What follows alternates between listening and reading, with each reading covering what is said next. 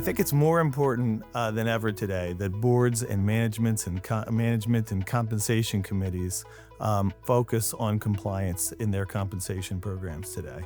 What we're seeing is even though there's a kind of a lax in the federal government's enforcement of compliance issues today, the states have picked up that slack. States attorneys generals are really focused on this stuff in the absence of some federal oversight. And everybody's really waiting to see what's going to happen when the next administration comes in. And so right now is the time to get the compensation policies and programs and incentives aligned so that banks are ready for kind of the next generation of compliance.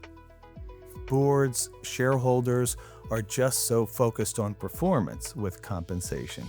Equity performance, how the company is doing, driving a specific performance goals, that they often don't focus on compliance as any component of compensation. So annual incentive bonus plans will not have any component that relates to compliance.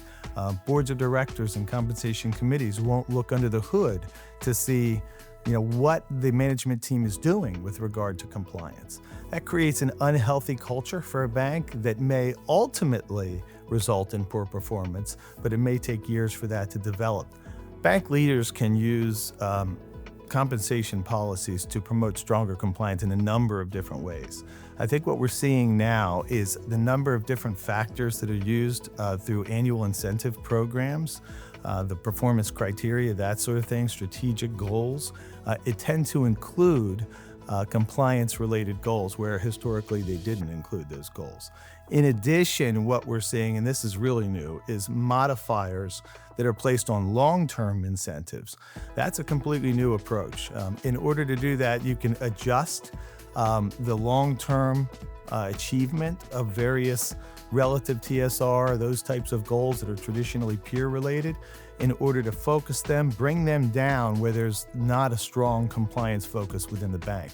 That aligns the overall management incentive structure with the compliance-related goals of the bank, makes the bank a safer bank.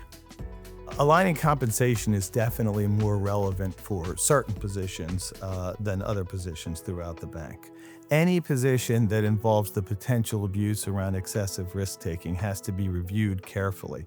And actually, Sarbanes-Oxley requires that the Compensation Committee for public banks reviews on an annual basis all of the positions throughout the bank where excessive risk-taking is a possibility. So any type of position that involves incentives, selling deposit accounts, those kinds of things, loans, anything like that, it's important that you're reviewing on a regular basis, you cap those programs, and you take any other action that the Compensation Committee deems relevant so that you don't have the potential for significant abuse and excessive risk-taking.